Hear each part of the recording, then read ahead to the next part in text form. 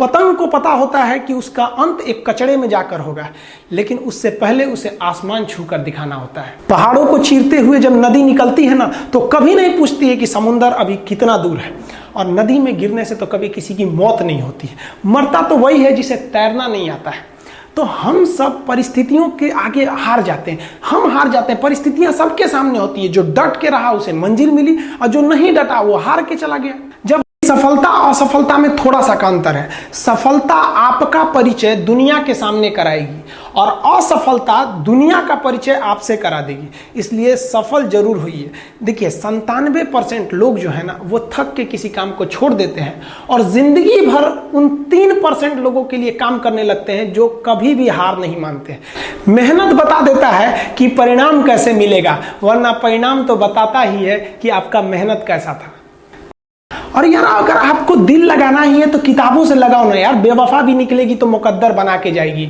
दिन ना सबके लिए 24 घंटा का होता है, ऐसा नहीं है कि आपको अलग से वक्त मिलेगा, लेकिन इसी 24 घंटे में किसी को प्यार करके पति बनने का शौक है तो किसी को मेहनत करके करोड़पति बनने का शौक है। तो आप डिसाइड करिए आपको क्या बनना है, क्योंकि बरसों बाद जब लोग ये मिलेंगे ना आपसे, तो ये नहीं पूछेंगे कि कितनी गर्लफ्रेंड है, लोग पूछेंगे कमाता कितना है, हैसियत कितनी है तुम्हारी। ये दुनिया का उसूल है कि लोग कभी भी आपसे खैरियत नहीं, आपकी हैसियत पूछते हैं, नहीं होते।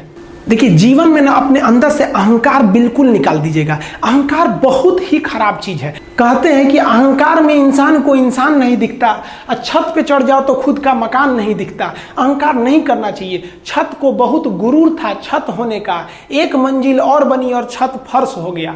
अहंकार कभी नहीं कीजिएगा। तूफान ज्यादा होती है तो कश्ती डूब जाती है, और घमंड ज्यादा हो जाती है तो हस्ती डूब जाती है। जिस दिन आपको घमंड होने लगे ना अपने आप के ऊपर कि हम बहुत बड़े हो गए हैं, हम बहुत पढ़ लिए हैं, हम बहुत सक्सेसफुल मैन हो गए, हम बहुत बड़े बिजनेसमैन, हम बहुत, मतलब जिस दिन आपको घमंड हो गया ना, उस दिन आप शमशान घाट में जाके देखिएगा आपसे नायाब लोग, आपसे अच्छे अच्छे लोग वहां खाक बन गए।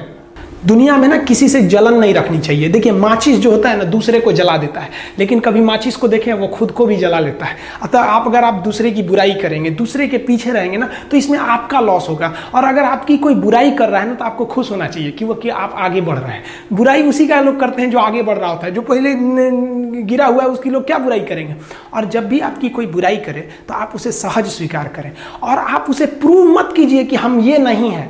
हम लोग गलती क्या करते हैं स्टूडेंट लोग, कि प्रूव करने लगते हैं। नहीं, आपको अपने आप को इंप्रूव करना है। अगर कोई गलती हो गई है, आपको कोई बुराई कर रहा है, तो आप उसको सहज स्वीकार कीजिए। जिस दिन आपके अंदर अपनी बुराई सुनने की क्षमता आ गई, यकीन मानिए आप सफलता के दहलीज पे अपनी पहली कदम रख दिए उसी दिन। लोहा जो होता है ना, उसे कोई नहीं तोड़ सकता है, लेकिन उसी लोहे के अंदर का जो जंग लग जाता है ना, धीरे धीरे दीमक की तरह उस लोहे को खदड़ते जाता है। इसलिए अपने अंदर अहंकार को मत लाने दीजिएगा। इंसान 3 साल में बोलना सीख जाता है, लेकिन उसे क्या बोलना है ये सीखने में उसे पूरी जीवन लग जाती है। शब्दों का इस्तेमाल बड़ा सोच समझ के कीजिएगा। ये आपके माँ बाप के दिए गए परवरिश का एक सबूत होता है।